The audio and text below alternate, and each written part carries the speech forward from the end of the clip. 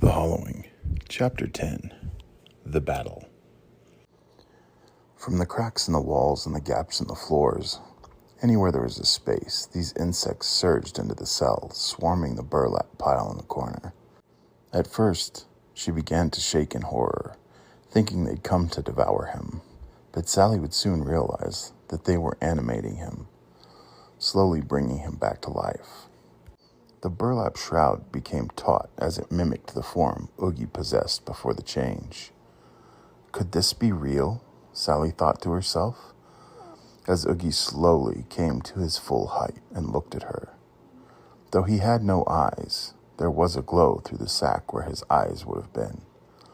His essence was still there, still holding on for the sake of his subjects that now gave him life.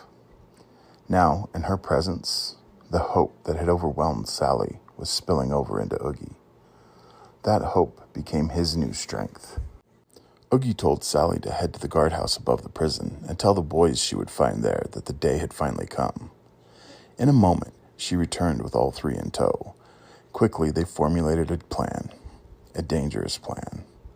Only Jack possessed the key to open the doors. Anyone could imprison someone here, but only the key would set them free. They all knew what had to be done. Setting the wheels in motion, Sally removed the stitching from her right arm, the one with the markings from the human world that made it hard not to recognize her new form. Her arm was placed in the cell with Oogie.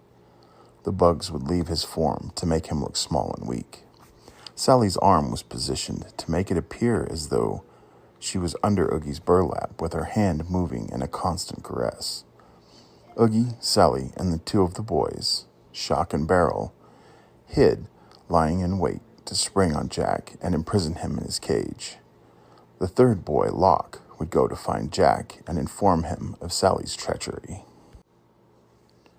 It seemed like an eternity waiting for Jack. Would he come himself? Would he even be at the castle? Or would he be scouting the Northlands? Would he kill Locke in a jealous rage? Would he spend a month torturing him before sending his hollow soldiers to deal with the issue? The plan seemed to go well at first. When Jack received the news, he'd flown out of the palace with the fury of a bolt of lightning. Before they could realize what was happening, Jack had made it to the cliffs and was in the prison corridor with little warning, aside from an ethereal growl that seemed to emanate from the very air around them. So enraged was Jack that he crushed the prison key in his shaking fist. As the key broke, so did the magic that was holding the cells closed, the magic that made the prisoners invisible to one another. In his enraged state, Jack hadn't thought about the consequences of breaking the key. At the same time, Oogie, Sally, and the boys hadn't stopped to consider what would happen without the ability to lock Jack away. They had only planned to fight him off long enough to trap him in his own cell. No one was ready to fight Jack to the death. As the cells sprang open, several of the Asir snapped out of their prison-induced trances. They saw the battle taking place in the corner cell, a battle between what looked like monsters and boys in masks, all being swarmed by prison bugs. The Asir that had strength left in them weren't sure what to make of the battle, but they knew their enemy, Jack, the Skeleton King. 10 of the Asir rushed the cell in a coordinated effort that looked almost rehearsed. They grabbed Jack and dragged him to the edge of the prison corridor, to the steps overlooking the cliff's edge.